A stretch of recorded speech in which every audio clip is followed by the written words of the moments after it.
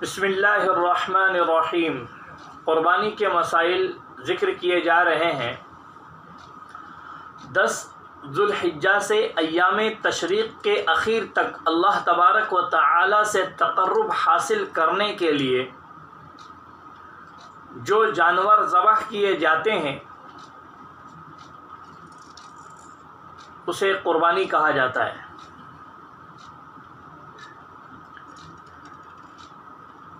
یہ اصل ضحوتن سے ماخوذ ہیں، دن کا ابتدائی حصہ۔ یہ عیدین، زکوٰۃ و صدقہ فطر کی طرح سن ہجری 2 میں مشروع ہوا۔ قرآن و حدیث اور اجماع میں اس کی مشروعیت ملتی ہے۔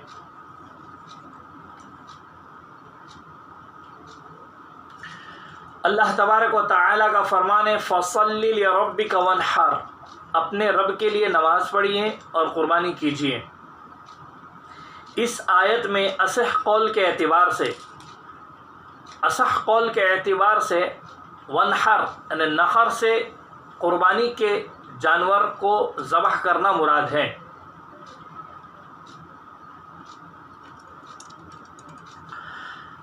آپ صلی اللہ علیہ وسلم نے فرمایا یوم النحر یعنی 10 ذو الحجہ میں ابن آدم نے قربانی کے جانور کا خون بہانے سے محبوب تر کوئی عمل نہیں کیا، اور بلا شبہ وہ بروز قیامت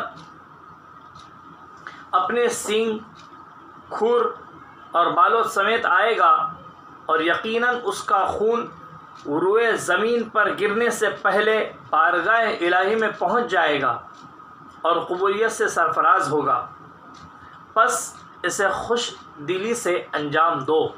ابن ماجہ اور ترمذی وغیرہ نے اس حدیث کو ذکر کیا ہے۔ ایک حدیث میں آپ صلی اللہ علیہ وسلم نے قربانی کو حضرت ابراہیم علی نبینا علیہ الصلاۃ والتسلیم کی سنت قرار دیا، اور فرمایا کہ اس کے ہر بال اور اون میں ایک ایک نیکی ملے گی۔ ابن ماجہ اور احمد وغیرہ نے اس روایت کو نقل کیا ہے۔ آپ صلی اللہ علیہ وسلم نے فرمایا جو حیثیت و گنجائش کے باوجود قربانی نہ کرے وہ ہرگز ہماری عیدگاہ کے قریب نہ آئے۔ آپ صلی اللہ علیہ وسلم نے 2 سفید یا سفید و سیاہ سینگ دار مینڈوں کی قربانی کی، اپنے دست مبارک سے انہیں ذبح کیا اور اللہ کا نام لیا اور تکبیر پڑھی، اور اپنا مبارک قدم ان کے گردن کے کنارے پہ رکھا۔ امام مسلم نے اس روایت کو نقل کیا ہے۔ اب قربانی میں حکمت کیا ہے اس کو نقل کر رہے ہیں۔ قربانی ایک عظیم سعادت ہے اور عظیم عبادت ہے جو اللہ کی بندگی کے طور پر انجام دینا ہے۔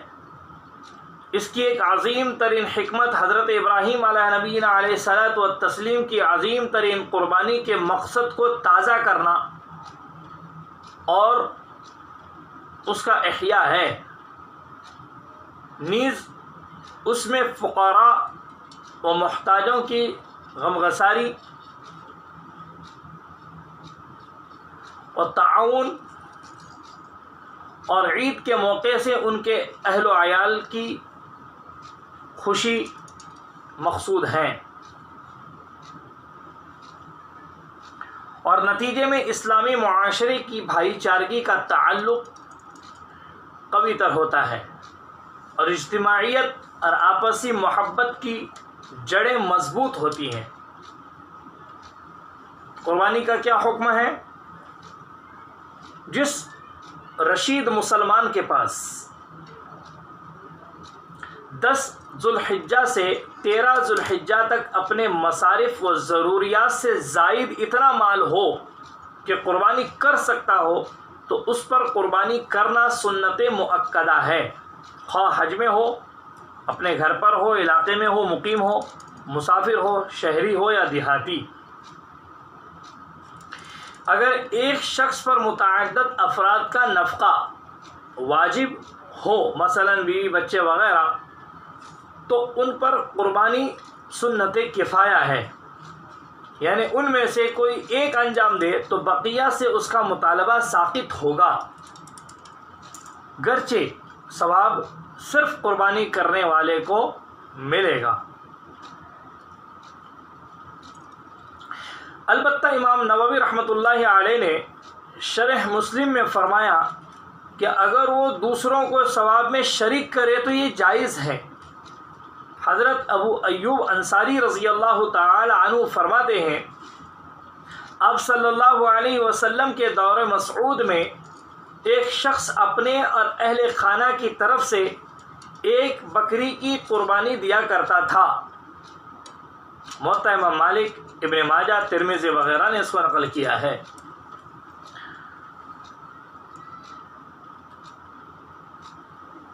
کسی تنہا شخص کے حق میں قربانی سنت عین ہے۔ حضرت ابوبکر صدیق رضی اللہ تعالی عنہ اور حضرت عمر رضی اللہ تعالی عنہ قربانی نہ کرتے تاکہ عوام اسے واجب نہ سمجھے۔ بیہقی نے اس کو نقل کیا ہے۔ نیز ترمذی کی ایک روایت میں اسے سنت قرار دیا ہے، اور دار قطنی وغیرہ کی روایت میں ہے کہ قربانی مجھ پر فرض ہے اور تم لوگوں پر واجب نہیں۔ آپ صلی اللہ علیہ وسلم کے حق میں قربانی واجب تھی۔ چونکہ قربانی کے وجوب میں اختلاف ہے، اس لیے جس کے حق میں یہ سنت ہو اسے چھوڑ دینا مکروہ ہے، اور اسی لیے نفلی صدقے کے مقابلے میں قربانی کر لینا افضل عمل ہے۔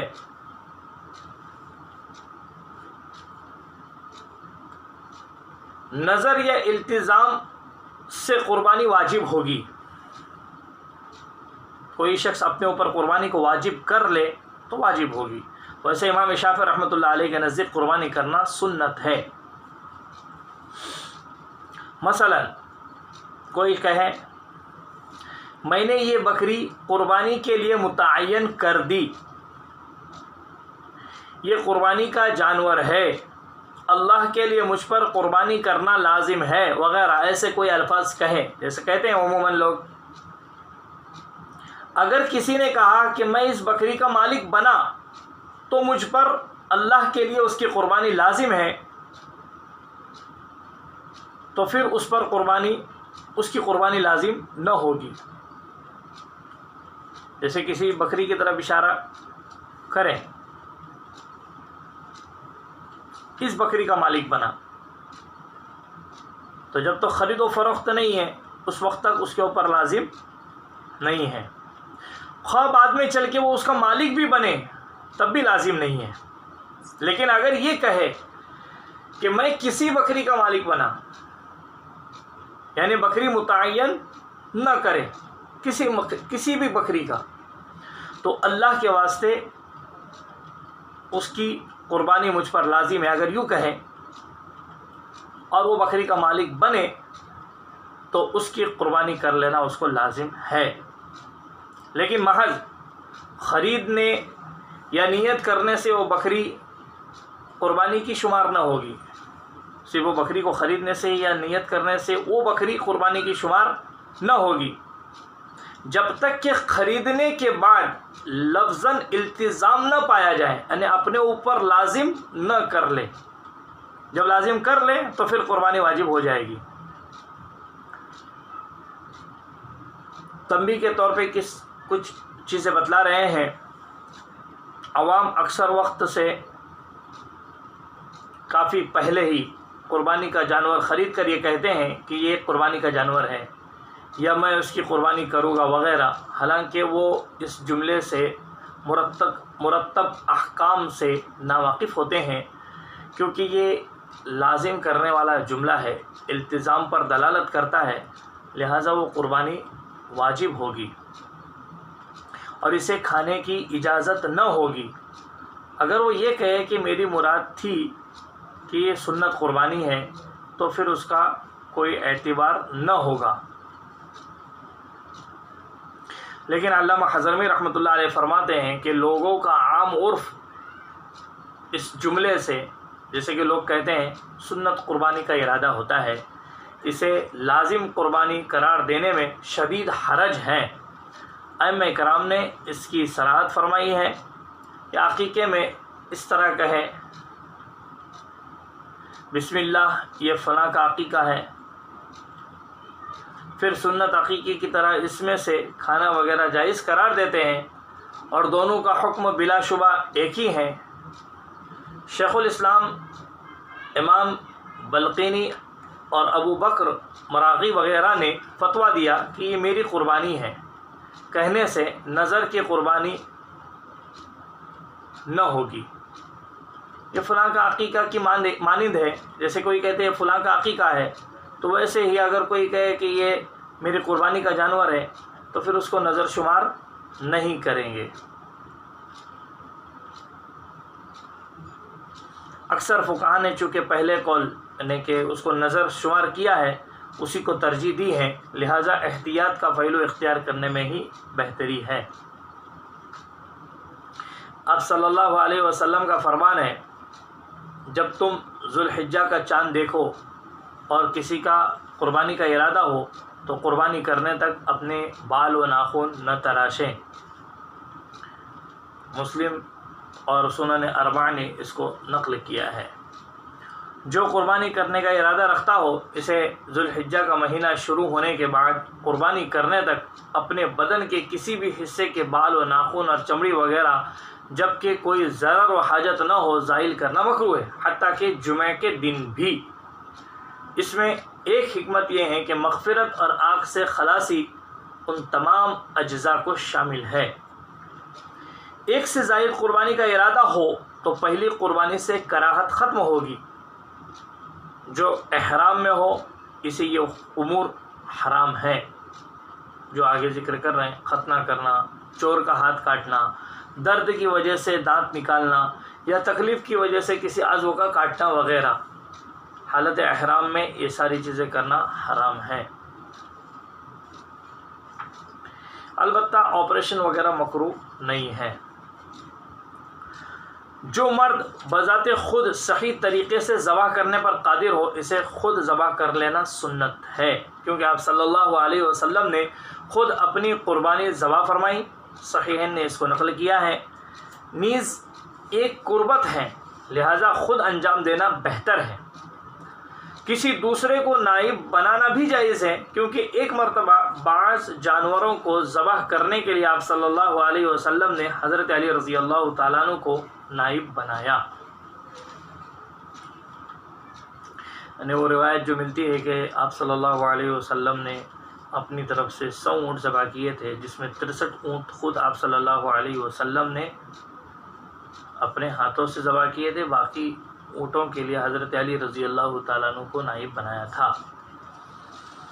نائب کا قربانی کے مسائل سے واقف اور مسلم ہونا بہتر ہے۔ اہل کتاب نابینا یا بچے کو نائب بنانا مکروہ ہے۔ حائضہ و نفسا کو نائب بنانا خلاف اولا ہے۔ مؤنث اور خنثی کے لیے دوسرے کو وکیل بنانا افضل ہے۔ جو دوسرے کو ذبح کے لیے وکیل بنائے اسے ذبح کے وقت وہاں حاضر رہنا سنت ہے، کیونکہ آپ صلی اللہ علیہ وسلم نے حضرت فاطمہ رضی اللہ تعالی عنہا کو اس کا حکم دیا تھا، حاکم وغیرہ نے اس کو نقل کیا ہے۔ اللہ تبارک و تعالیٰ کا ارشاد ہے وَلِكُلِّ أُمَّةٍ جَعَلْنَا مَنْسَكًا لِيَذْكُرُوا اسْمَ اللَّهِ عَلَى مَا رَزَقَهُم مِّن بَهِيمَةِ الْأَنْعَامِ۔ ترجمہ، اور ہم نے ہر امت کے لیے اس غرض سے قربانی کرنا مقرر کیا تھا کہ وہ ان مخصوص چوپاؤں پر اللہ کا نام لیں جو اس نے ان کو عطا فرمائے تھے۔ صرف اونٹ، بیل، بھینس اور بھیڑ بکری پر ہی قربانی ہو سکتی ہے، خواہ مذکر ہو یا مؤنث یا خنثی یا خصی، کیونکہ آپ صلی اللہ علیہ وسلم اور کسی صحابی سے ان کے علاوہ کی قربانی منقول نہیں ہے۔ اس میں افضل اونٹ، پھر بیل، پھر بھیڑ، پھر بکری ہے۔ فائدہ: حضرت ابن عباس رضی اللہ تعالی عنہما سے مروی ہے کہ قربانی میں خون بہانا کافی ہے، گو مرغی یا بت کا ہو۔ ہمارے شیخ غریب شخص کو اس کی تقلید کا حکم دیتے تھے، یہ صاحب کتاب نقل کر رہے ہیں، اور عقیقے کو قربانی پر قیاس کر کے کہتے ہیں کہ جس کے گھر بچہ پیدا ہو وہ ابن عباس کے مسلک پر مرغ ذبح کرے۔ قربانی کے دو جدا جنسوں کی جفتی و میل سے پیدا شدہ جانور قربانی و ہدی میں کافی ہیں۔ والدین میں یعنی جو جانوروں کے والدین ہیں ان میں قربانی کی معتبر عمروں میں سے زائد عمر والے کا اعتبار ہوگا، لہذا بھیڑ اور بکری سے پیدا شدہ جانور کا 2 سالہ ہونا ضروری ہے۔ نیل گائے، ہرن وغیرہ دیگر جانوروں کی قربانی درست اور صحیح نہیں ہے۔ کچھ شرائط بتلانا چاہ رہے ہیں۔ بھیڑ اور دمبے کی عمر 1 سال ہو چکی ہو یا اس سے پہلے اس کے دانت گر چکے ہو۔ بڑے جانوروں میں بیل، بھینس اور اس کے جنس میں سے اسی طریقے سے بکری 2 سال کی ہو چکی ہو اور اونٹ 5 سال کا ہو چکا ہو۔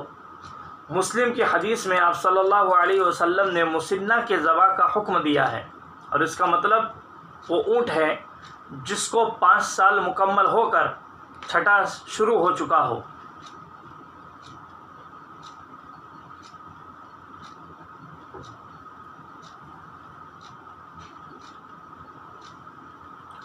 بیل، بھینس اور بکری وغیرہ کو 2 سال مکمل ہو کر تیسرا سال شروع ہو چکا ہو، اس سے زائد عمر کی قربانی جائز ہے۔ ایک حدیث میں بھیڑ کے جزع کی قربانی کی تعریف فرمائی، ترمذی اور احمد نے اس کو نقل کیا ہے۔ ایک حدیث میں فرمایا کہ اس کی قربانی جائز ہے۔ جزع یعنی جسے 1 سال ہو چکا ہو یا اس سے پہلے دانت گر جائیں۔ جانور کی عمر کے متعلق فروخت کرنے والوں کی خبر معتبر ہوگی جبکہ اس کے پاس پیدا ہوئی ہو، ورنہ واقف اور تجربہ کار حضرات کے گمان کی طرف رجوع کر لیا جائے گا۔ امام ابو حنیفہ رحمۃ اللہ علیہ کے نزدیک اگر 1/3 سے کم کان کٹا ہو تو قربانی صحیح ہے۔ صحیح کان والے جانور دشوار ہونے کی وجہ سے قاضی حسین اس پر فتویٰ دیتے تھے۔ امام ازرعی شرح منہاج میں فرماتے ہیں کہ ایک دقیقہ یاد رہے کہ امام ابو حنیفہ رحمۃ اللہ علیہ کے نزدیک 13 ذوالحجہ کی قربانی جائز نہیں، لہذا کان کے مسئلے میں جو ان کی تقلید کرنا چاہے اس میں بھی تقلید کے دیگر شرائط کی طرح ان کے مسلک کا لحاظ رکھیں۔ قربانی کے جانور میں کوئی ایسا عیب نہ ہو جس سے معقول یعنی کہ کھائے جانے والے کسی حصے میں نقص اور کمی پیدا ہو۔ یہ مختصر کچھ باتیں آپ کے سامنے پیش کیے ہیں عمر کے لحاظ سے وغیرہ وغیرہ۔ انشاءاللہ آئندہ کل وہ جانور جو قربانی میں ناکافی ہوتے ہیں، جن کی قربانی صحیح نہیں ہے، ان کو بتلائیں گے۔ اللہ عمل کی توفیق عطا فرمائیں۔ اس پیغام کو آپ لوگوں تک پہنچائیں تاکہ زیادہ سے زیادہ لوگوں کو فائدہ پہنچے۔ وآخر دعوانا ان الحمد للہ رب العالمین۔